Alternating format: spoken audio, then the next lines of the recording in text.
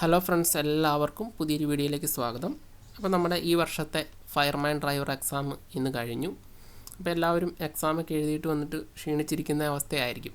അപ്പോൾ നമുക്ക് പരീക്ഷയുടെ അവസ്ഥയൊന്ന് നോക്കാം എങ്ങനെയാണ്. അതുമായിട്ട് ബന്ധപ്പെട്ട കട്ട് ഓഫുമായിട്ട് ബന്ധപ്പെട്ട കുറച്ച് കാര്യങ്ങളൊക്കെ പറയാനായിട്ടാണ് നമ്മുടെ ഇന്നത്തെ വീഡിയോ. അപ്പോൾ നമ്മുടെ ക്വസ്റ്റ്യൻ പേപ്പർ അനലൈസ് ചെയ്യുകയാണെങ്കിൽ ആദ്യം തന്നെ നമ്മുടെ സ്പെഷ്യൽ ടോപ്പിക്ക് അല്ലെങ്കിൽ ഡ്രൈവർ സ്പെഷ്യൽ ടോപ്പിക്ക് 30 മാർക്കിനായിരുന്നു. അതിലൊത്തിരി അധികം തന്നെ ചോദ്യങ്ങൾ സ്റ്റാൻഡേർഡ് ചോദ്യങ്ങളായിരുന്നു. അതായത് ഈ ഒരു നിയമം നന്നായിട്ട് പഠിച്ചതിൻ്റെ സെക്ഷൻ നമ്പർ, അതിനകത്ത് വരുന്ന ശിക്ഷകളൊക്കെ ഡീപ്പായിട്ട് പഠിച്ചവർക്ക് എഴുതാൻ പറ്റുന്ന കുറേ ചോദ്യങ്ങളുണ്ടായിരുന്നു. അതാണ് ഒരു ടൈപ്പ് ചോദ്യങ്ങൾ. രണ്ടാമത്തെ ടൈപ്പ് ചോദ്യങ്ങൾ എന്ന് പറഞ്ഞാൽ എല്ലാവർക്കും എഴുതാൻ പറ്റുന്ന നോർമലായിട്ടുള്ള, നമ്മൾ വാഹനത്തെപ്പറ്റി അറിയാവുന്നവർക്കൊക്കെ നോർമലായിട്ട് എഴുതാൻ പറ്റുന്ന കുറച്ച് ചോദ്യങ്ങളുണ്ടായിരുന്നു. പിന്നെ നമ്മുടെ സിലബസിലൊന്നും ഇല്ലാത്ത പുറത്തു നിന്നുള്ള കുറച്ച് ചോദ്യങ്ങളും ഉണ്ടായിരുന്നു. അങ്ങനെ 3 ടൈപ്പ് ചോദ്യങ്ങളാണ് നമ്മുടെ ഈ ഡ്രൈവിംഗ് പാർട്ടിലുണ്ടായിരുന്നത്. സ്റ്റാൻഡേർഡുള്ള ചോദ്യം ഉണ്ടായിരുന്നു. പിന്നെ നമുക്ക് സാധാരണ ആർക്ക് വായിച്ചാലും, കുട്ടികൾക്ക് വായിച്ചാൽ പോലും എഴുതാൻ പറ്റുന്ന ടൈപ്പ് ചോദ്യങ്ങളും ഉണ്ടായിരുന്നു അതിനകത്ത്. പിന്നെ വരുന്നത് നമ്മുടെ 20 മാർക്കിൻ്റെ സ്പെഷ്യൽ ടോപ്പിക്കാണ്. 20 മാർക്കിൻ്റെ സ്പെഷ്യൽ ടോപ്പിക്ക് തന്നെ PSCക്ക് ഒരു തെറ്റ് പറ്റിയിട്ടുണ്ട്. നമ്മുടെ ഫയർമാൻ ട്രെയിനി എക്സാമിന് 9 മാർക്കിന് ഫയറും 9 മാർക്കിന് ഫസ്റ്റ് എയ്ഡും 2 മാർക്കിന് IT ആണ് വരുന്നത്. 9 ഫയർ 9 ഫസ്റ്റ് എയ്ഡ് 2 മാർക്കിന് IT. പക്ഷേ നമ്മുടെ ഫയർമാൻ ഡ്രൈവറിൻ്റെ സിലബസ് 10 മാർക്കിൻ്റെ ഫയറും 10 മാർക്കിൻ്റെ ഫസ്റ്റ് എയ്ഡുമാണ് വരുന്നത്. അവിടെ IT ആക്ട് എന്നുള്ളൊരു പോർഷൻ സിലബസിൽ പറയുന്നില്ല. പക്ഷേ നമുക്ക് ചോദിച്ചത് ഈ ഒരു പാറ്റേണിലായിരുന്നു. 2 മാർക്കിൻ്റെ IT ചോദിച്ചു. അപ്പോൾ ഫയർമാൻ എക്സാമിന് വേണ്ടി മാത്രം പ്രിപ്പയർ ചെയ്തവർക്ക് അത് ഇച്ചിരി, ഫയർമാൻ ഡ്രൈവറിന് വേണ്ടിയിട്ട് മാത്രം പ്രിപ്പയർ ചെയ്തവർക്ക് അത് ഇച്ചിരി ബുദ്ധിമുട്ടുണ്ടാക്കിയിട്ട് കാണും. കാരണം 2 മാർക്കിൻ്റെ സെക്ഷനുകളാണ് ചോദിച്ചത്. അതുമായിട്ട് ബന്ധപ്പെട്ട കുറച്ച് ബേസ് ചോദ്യങ്ങളായിരുന്നെങ്കിൽ നമുക്കത് അറ്റൻഡ് ചെയ്യാൻ പറ്റുമായിരുന്നു. പക്ഷേ അത് പഠിക്കാത്തവർക്ക് അറ്റൻഡ് ചെയ്യാനായിട്ട് സാധിക്കത്തില്ല, സെക്ഷൻ നമ്പർ ചോദിച്ചുകൊണ്ട്. അപ്പോൾ അത് അങ്ങനെ ഒരു പ്രശ്നം അവിടെ ഉണ്ടായി. പിന്നെ ഫയറിൻ്റെ സ്പെഷ്യൽ ടോപ്പിക്കിനെ പറ്റി പറയുവാണെങ്കിൽ നല്ല സ്റ്റാൻഡേർഡുള്ള ചോദ്യങ്ങൾ തന്നെയായിരുന്നു. നമ്മുടെ ഇതിന് മുന്നേ നടന്ന ഫയർമാൻ ഡ്രൈവറിൽ വളരെ സിമ്പിളായിട്ടുള്ള ചോദ്യങ്ങളായിരുന്നു. അത്രയും സിമ്പിളൊന്നും ആക്കിയില്ല, കുറച്ച് ഒരു സ്റ്റാൻഡേർഡ് കീപ്പ് ചെയ്ത്.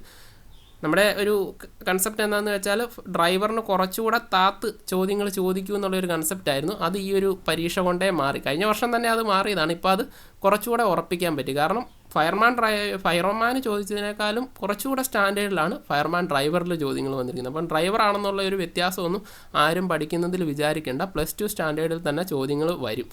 അപ്പോൾ 20 മാർക്കിൻ്റെ ഫയർ ഫസ്റ്റ് എയ്ഡിൽ അതാണ് പറയാനുള്ളത്. അത്യാവശ്യം പഠിക്കുന്നവർക്ക് മാത്രം സ്കോർ ചെയ്യാൻ പറ്റുന്ന മാർക്കുകളും ഉണ്ടായിരുന്നു. ഈ പറയുന്ന ബേസ് ചോദ്യങ്ങളും ഉണ്ടായിരുന്നു. അതുകൊണ്ടും അതൊരു സ്റ്റാൻഡേർഡ് ലെവലായിട്ട് തന്നെ കൂട്ടാം. പിന്നെ വരുന്നത് 10 മാർക്കിൻ്റെ കണക്കായിരുന്നു. 10 മാർക്കിൻ്റെ കണക്ക് അത്ര കടുപ്പമൊന്നും അല്ലായിരുന്നു.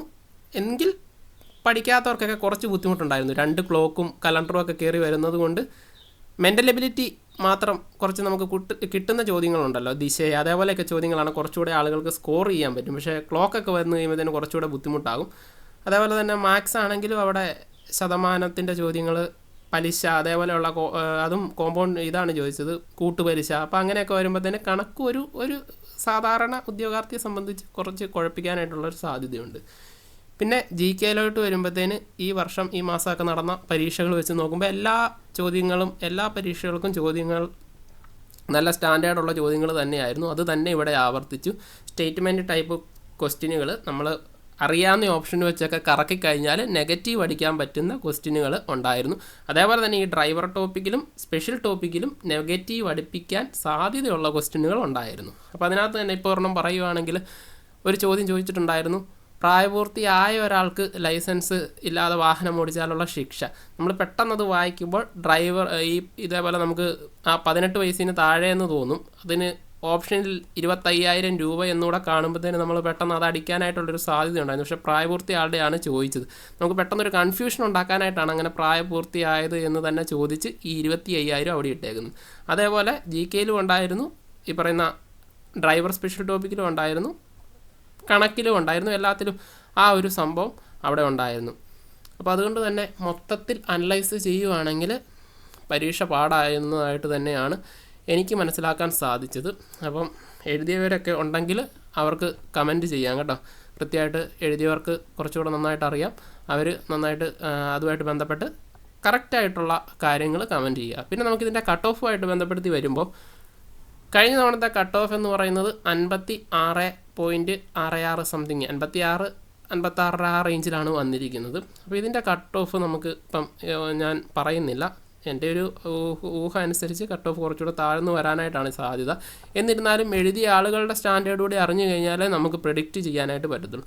അപ്പോൾ ഒരു കാര്യം ചെയ്യാം, നമുക്ക് കഴിഞ്ഞ തവണ നടത്തിയ പോലെ തന്നെ ഒരു പോൾ ആദ്യം നടത്താം. അതിനുശേഷം കട്ട് ഓഫ് പറയുന്നതായിരിക്കും കുറച്ചുകൂടെ നമുക്ക് വിശ്വസനീയമായ രീതിയിൽ, അല്ലെങ്കിൽ നമുക്കൊരു ഏകദേശം ഉറപ്പിക്കാൻ പറ്റുന്ന രീതിയിലൊരു കട്ട് ഓഫ് കിട്ടും. അപ്പോൾ എല്ലാവരും ചെയ്യേണ്ടത് എന്താണെന്ന് വെച്ച് കഴിഞ്ഞാൽ, ഞാൻ ഈ വീഡിയോയുടെ താഴെ കമൻ്റായിട്ട് ഒരു ടെലിഗ്രാമിൻ്റെ ലിങ്ക് കൊടുത്തിട്ടുണ്ടാകും. ആ ലിങ്കിൽ കയറുക. ആ ലിങ്കിൽ കയറിയിട്ട് ആ ചാനലിലൊന്ന്, നമ്മുടെ ചാനലാണ്, അതിലൊന്ന് ജോയിൻ ചെയ്യുക. ഇപ്പം നമ്മൾ കട്ട് ഓഫ് കാൽക്കുലേറ്റ് ചെയ്യാനായിട്ട്, മാർക്ക് കാൽക്കുലേറ്റ് ചെയ്യാനായിട്ട് ഇപ്പം നമ്മുടെ പ്രൊവിഷണൽ ആൻസർ കീ വന്നിട്ടില്ല. നമ്മുടെ cut off provisional answer key വന്നതിന് ശേഷം മാത്രമേ പറയുന്നുള്ളൂ. കാരണം ഇപ്പം പല വീഡിയോസ് ചാനലുകളൊക്കെ ചെയ്തതിൽ ഒരുപാട് ഡ്രൈവർ ടോപ്പിക്കിലാണെങ്കിൽ തന്നെ തെറ്റുകൾ പറയുന്നുണ്ട്. അതൊന്നും അല്ല ആൻസറുകൾ. GKയിലും തെറ്റുകൾ പറയുന്നുണ്ട്. PSCയുടെ ആൻസർ കീ വന്നു കഴിയുമ്പം തന്നെ നമുക്ക് ഏകദേശം ആ കറക്റ്റായിട്ടുള്ള ആൻസർ പിടികിട്ടത്തുള്ളൂ. അപ്പം പ്രൊവിഷണൽ ആൻസർ കീ വരുമ്പോഴത്തേന് ഞാൻ ഗ്രൂപ്പിലിടാം. അതേപോലെ തന്നെ അതിൻ്റെ മാർക്ക് ചെയ്തതിൻ്റെ ഡീറ്റെയിൽ, മാർക്ക് ചെയ്തുള്ള PDF ഒക്കെ ഗ്രൂപ്പിലിടാം. പ്രൊവിഷണൽ ആൻസർ കീ വന്നതിന് ശേഷം ഈ ആഴ്ച തന്നെ വരുമായിരിക്കും. ഇപ്പോൾ ഫയർമാൻ്റെ ഉൾപ്പെടെ വരാൻ കിടക്കുവാണ്. അപ്പോൾ ഈ ആഴ്ച തന്നെ എല്ലാം വരുമെന്ന് പ്രതീക്ഷിക്കുന്നു. അപ്പോൾ അങ്ങനെ ആ ഒരു പ്രൊവിഷണൽ ആൻസർ കീയും കൂടെ ഞാൻ ആ ഒരു ടെലിഗ്രാം ചാനലിലിടും. അതിനുശേഷം പോൾ ഇടുമ്പോഴത്തേന് കൃത്യമായിട്ട് മാർക്ക് കാൽക്കുലേറ്റ് ചെയ്തവർ മാത്രം പോൾ ചെയ്യുക, പോളിന് അറ്റൻഡ് ചെയ്യുക. അല്ലാത്തവർ വേണമെങ്കിൽ പോൾ ചെക്ക് എന്ന് പറഞ്ഞൊരു ഓപ്ഷൻ ഉണ്ടാവും, അത് ചെക്ക് ചെയ്ത് ഏകദേശം നിലവാരമാക്കി അറിയാനായിട്ട് പറ്റും. ഇതിനു വേണ്ടിയിട്ട് നോക്കുന്നവരും കൃത്യമായിട്ട് അതേപോലെ മാർക്ക് കാൽക്കുലേറ്റ് ചെയ്തവരും മാത്രം സ്വന്തമായിട്ട് അവരുടെ മാർക്ക് തന്നെ ഈ പറയുന്ന പോളിൽ രേഖപ്പെടുത്തുക. എങ്കിൽ മാത്രമേ നമുക്ക് ഏകദേശം ഒരു റേഞ്ച് പ്രെഡിക്റ്റ് ചെയ്യാനായിട്ട് പറ്റത്തുള്ളൂ. അപ്പോൾ അതിന് ശേഷം നമുക്ക് കട്ട് ഓഫ് പ്രവചിക്കാം. ഇപ്പം ബേസായിട്ട് പറഞ്ഞാൽ ഈ പറയുന്ന ക്വസ്റ്റ്യനുകളെല്ലാം സ്റ്റാൻഡേർഡ് ആയിരുന്നു. എക്സാം ഡിഫിക്കൽട്ടായിട്ട് കൂടുതൽ ആളുകൾക്കും തോന്നാൻ സാധ്യതയുള്ളൊരു എക്സാം ആയിരുന്നു. അതുകൊണ്ട് തന്നെ കട്ട് ഓഫിൽ വ്യത്യാസം വരാനായിട്ടുള്ള ഒരു സാധ്യത കാണുന്നുണ്ട്. എന്നിരുന്നാലും നമുക്ക് ആ ഒരു പോളിനൂടെ ശേഷം ഡീറ്റെയിൽ ആയിട്ടുള്ള വീഡിയോ ചെയ്യാം. അപ്പോൾ എല്ലാവരും കൃത്യമായിട്ട് ആത്മാർത്ഥമായിട്ട് ചെയ്യുക. പരീക്ഷ എഴുതാത്തവരൊന്നും പോളിൽ കയറി അറ്റൻഡ് ചെയ്യരുത്. അവർ പോൾ ചെക്ക് ചെയ്യാനുള്ള ഓപ്ഷൻ ഉണ്ട്, അത് ചെയ്യുന്നതുകൊണ്ട് പ്രശ്നമില്ല.